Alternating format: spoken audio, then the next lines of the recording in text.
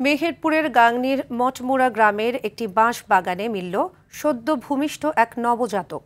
দুপুরে তাকে উদ্ধার করে গাংনী উপজেলা স্বাস্থ্য কমপ্লেক্সে নিয়ে যায় স্থানীয়রা।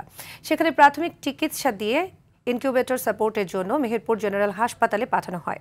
সদ্য ভূমিষ্ঠ হওয়া কন্যা শিশুটি সুস্থ রয়েছে, তবে কী কারণে কে বা কারা বাচ্চাটিকে ফেলে গেছে তা তদন্ত করছে পুলিশ।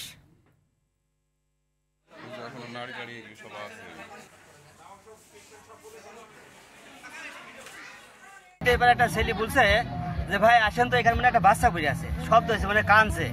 তা আমি ওকে ধমক দিলাম, এখানে বাচ্চা পাবি কোথায়?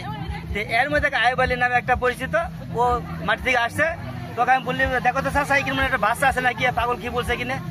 তো আবার এখানে আজ দেখছে সত্যি বাচ্চাটা পড়ে আছে। ওখানে বাচ্চাটা আমি দেখার পরে আমি সিরাজ চেয়ারম্যানকে রিং দিলাম যে ভাই এরকম সমস্যা ঘটে গেছে। তো বললো আমি থানায় জানাইছি। থানায় জানানোর পরে ওসি সাহেব ওখান থেকে বলছে যে বাচ্চাটা যদি চিকিৎসা প্রয়োজন হয় তাহলে আপনারা বাচ্চাটাকে হাসপাতালে ভর্তি করেন।